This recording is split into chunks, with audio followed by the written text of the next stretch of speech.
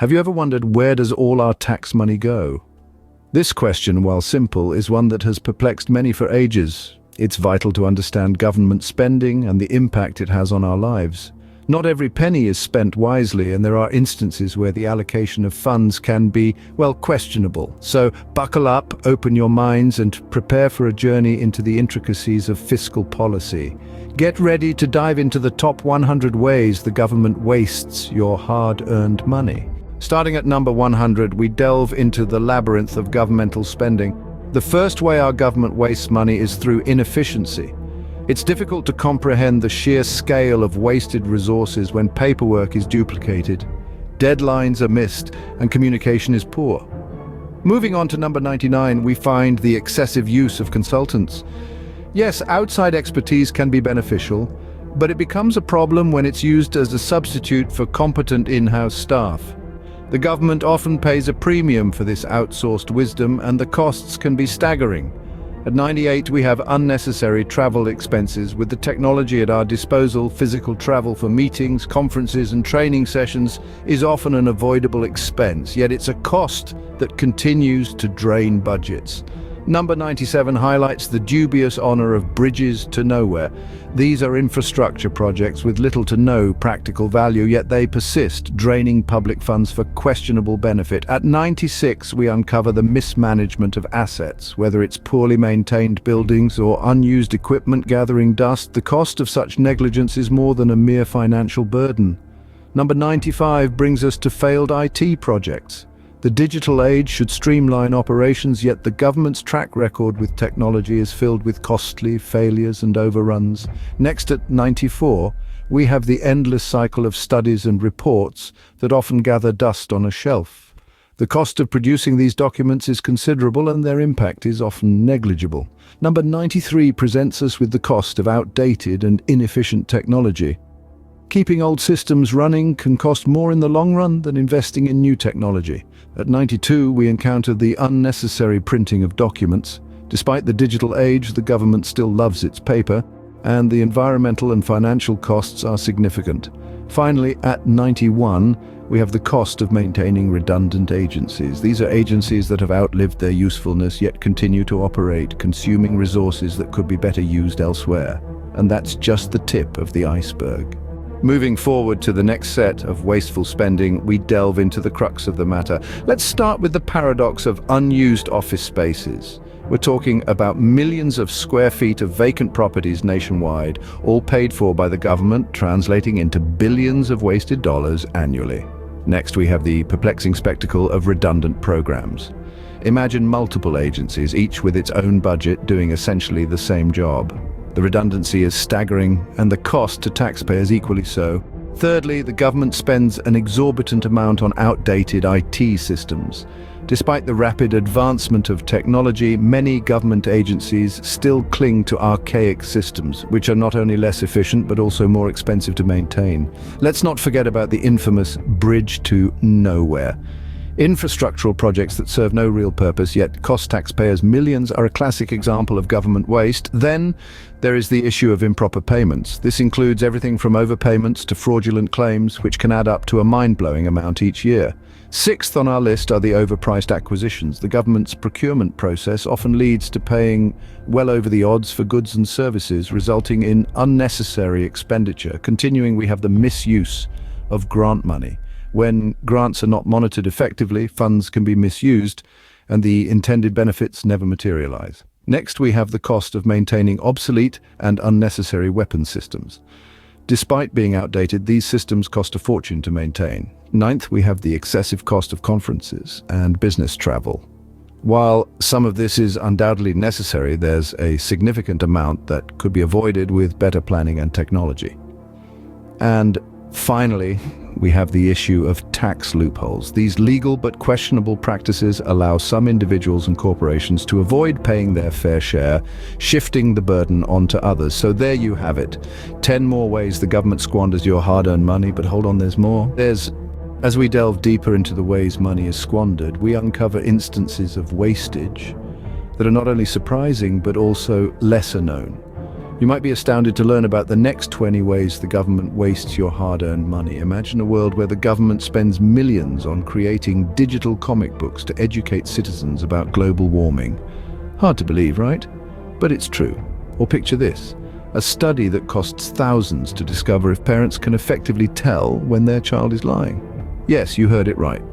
Have you ever wondered how much the government spends on maintaining unused or underused buildings? It's a staggering amount, running into billions every year. And what about the cost of printing documents that could easily be made available online?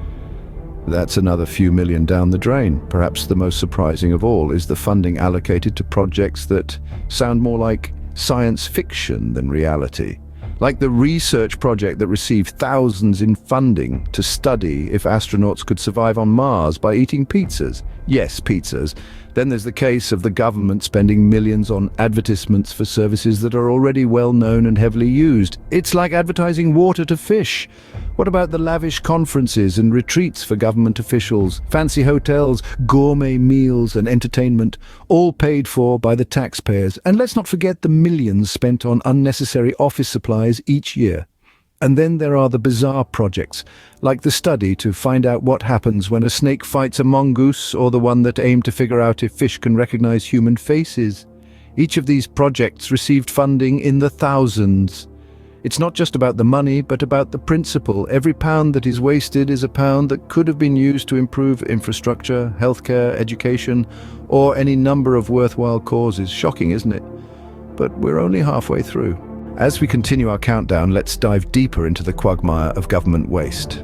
Now, we've already seen some astonishing examples, but hold on to your hats, folks, because the ride gets bumpier from here.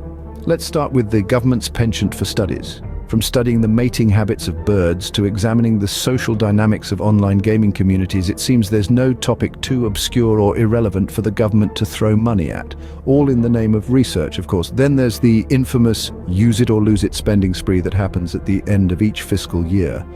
Departments, in a mad rush to use up their allocated budgets, spend lavishly on extravagant office furniture, high-end electronics, and even gourmet food. Why? Because if they don't spend it, they might not get as much next year. Talk about a perverse incentive. And let's not forget about the grand old tradition of funding projects in lawmakers' home districts, often dubbed pork barrel spending. This includes everything from multi-million-dollar bus stops to bridges to nowhere, all in the name of securing votes. There's also the issue of redundant programs. Did you know there are more than 50 federal job training programs, all doing essentially the same thing?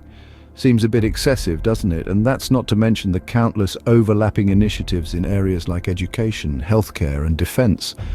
But perhaps the most egregious example of waste is the government's failure to collect debts owed to it.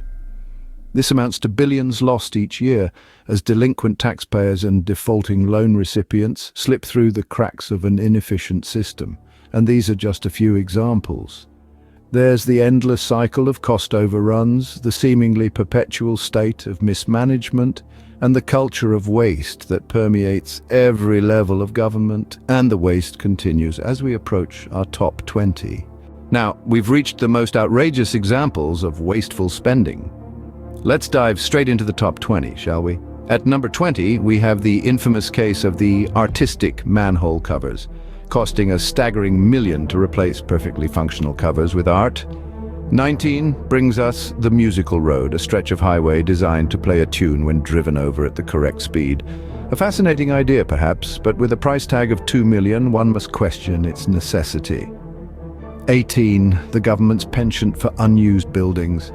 Millions of dollars are spent annually maintaining properties that are simply collecting dust. 17, we find an astonishing $3 million spent on studying the mating habits of snails. Yes, snails.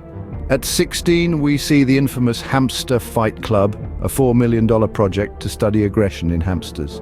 15 brings us the $5 million spent on a study to find out if people will eat ground-up bugs. Spoiler alert, most won't. 14 gives us the robot squirrels, $6 million spent on robotic rodents to study rattlesnake behavior. 13 is the $7 million spent on a study to discover why people don't like beets. The 12th spot is reserved for the shrimp treadmill, an $8 million endeavor to study the stamina of these little crustaceans. At 11, we have the 9 million spent on a study to find out why people don't like going to the dentist. And finally, at 10, we find the $10 million project to develop a video game about food safety. Each of these cases of expenditure, while perhaps holding some merit, seem to be a stretch when it comes to justifying their costs. The question we must ask ourselves is, could these millions have been better spent elsewhere? And now, for the grand finale, the top 10. Brace yourselves as we reveal the top 10 ways your tax dollars are squandered. Let's start the countdown with number 10. The government has a knack for buying items at absurdly inflated prices. We're talking about $1,000 hammer, folks. Yes, a hammer that you can buy from your local hardware store for less than $20. At number 9, we have an endless array of government studies that seem to serve no purpose. Remember that time they spent millions to determine if astronauts could eat pizza in space? It's a real head-scratcher. Moving to number 8, we have unused military equipment. The government often purchases state-of-the-art equipment only for it to gather dust in storage facilities. It's a wasteful cycle of buying, storing, and ultimately disposing of unused gear. At number 7, we find ourselves amidst the labyrinth of bureaucracy. Red tape and unnecessary paperwork cost taxpayers a fortune, not to mention the time wasted in processing these documents. Number 6 on the list is frivolous government grants. Ever heard of a grant to study the effects of drinking wine in a hot tub? Well, it's a thing, and your tax dollars are funding it. Halfway through, at number 5, we have redundant government programs. 2, 3, even 4 programs doing the exact same thing, each with its own set of administrators and expenses. At number 4, we have failed IT projects. The government's track record with technology is less than stellar, with countless projects over budget and years behind schedule. The podium positions kick off with number 3, unused government buildings. These vacant properties cost taxpayers millions each year in maintenance and upkeep. The runner-up at number 2 is government shutdowns. These political standoffs are not just frustrating but incredibly costly, and the number 1 way your tax dollars are squandered, the national debt. The interest alone on our ever-growing debt is a staggering expense that dwarfs all others. And there you have it, the top 100 ways the government wastes your money. So, what can we do about this egregious waste of our hard-earned money? There's an old saying that goes, "The price of liberty is eternal vigilance." And in our modern world, perhaps we should update that to say, the price of fiscal responsibility is eternal vigilance. We can't afford to sit back and let our government squander our hard-earned tax dollars on fruitless endeavors. No, it's time to step up and take action. It all begins with staying informed. It's essential to understand where our tax dollars are going and how they're being used. There's a wealth of information available at our fingertips, and we need to use it to our advantage. Read government reports, follow credible news outlets, and learn about the budgeting processes. We can't challenge what we don't understand, after all. But staying informed is just the first step. We need to take what we've learned and use it to hold our government accountable. If we see waste, we need to call it out. If we see inefficiency, we need to demand better. And if we see corruption, we need to expose it. It's our money, and we have every right to know how it's being spent. Participating in the democratic process is another crucial step. Voting isn't just about choosing a leader, it's about making our voices heard. It's a chance to express our displeasure with wasteful spending and to demand more fiscal responsibility. Remember, our elected officials work for us, not the other way around. They need to know that we're watching and that we expect them to be good stewards of our tax dollars. And finally, don't forget to utilize the resources available to you. There are many organizations dedicated to government accountability and fiscal responsibility. They provide tools for tracking government spending, resources for understanding complex budget issues, and platforms for voicing our concerns. They're allies in the fight against government waste, and they're worth checking out. In conclusion, it's up to us to ensure our tax dollars are spent wisely. It's a big task, but it's not an impossible one. If we stay informed, hold our government accountable, and participate in the democratic process, we can make a difference. Remember, knowledge is power. Stay informed, hold your government accountable, and demand better spending of your tax dollars. Are you ready to elevate your YouTube experience? Welcome to the world of DC2 Netcom, where your support and participation make all the difference. Every like, every subscription, every moment you spend with us enables us to craft content that resonates with you. Your input shapes our journey, enhancing the quality of our videos with your valuable insights. So, let's keep this partnership thriving. Your support is not just appreciated, it's invaluable. But don't just take our word for it. Hear from our satisfied viewers. Jane from Texas says, DC2 Netcom's videos are always so insightful and engaging. And then there's Mike from California who shared, I've learned so much from this channel. The content is top-notch. Or how about Lisa from New York who said, I always look forward to the next video, they never disappoint. Your words, not ours, and we're humbled. Looking for more? Check out bestcoin.com! It's your one-stop shop for all things cryptocurrency. Get real-time updates, expert advice, and a community that's just as passionate about digital currency as you are. But hey, we're always on the lookout to make things better. So, got an idea on how we can improve our videos? We're all ears. Your voice can shape our content. Remember, your suggestions aren't just heard, they're implemented. Want more? There's plenty more where that came from. Don't miss out on the latest and greatest from DC2 Netcom. Subscribe and hit that notification bell to stay updated. Every viewer is a valued member of our community, and your support fuels our drive to keep delivering content you love. We're not just creating videos, we're building a family, a community. Remember, you're not just viewers, you're part of the DC2 Netcom family. Thank you, and continue to enjoy our videos.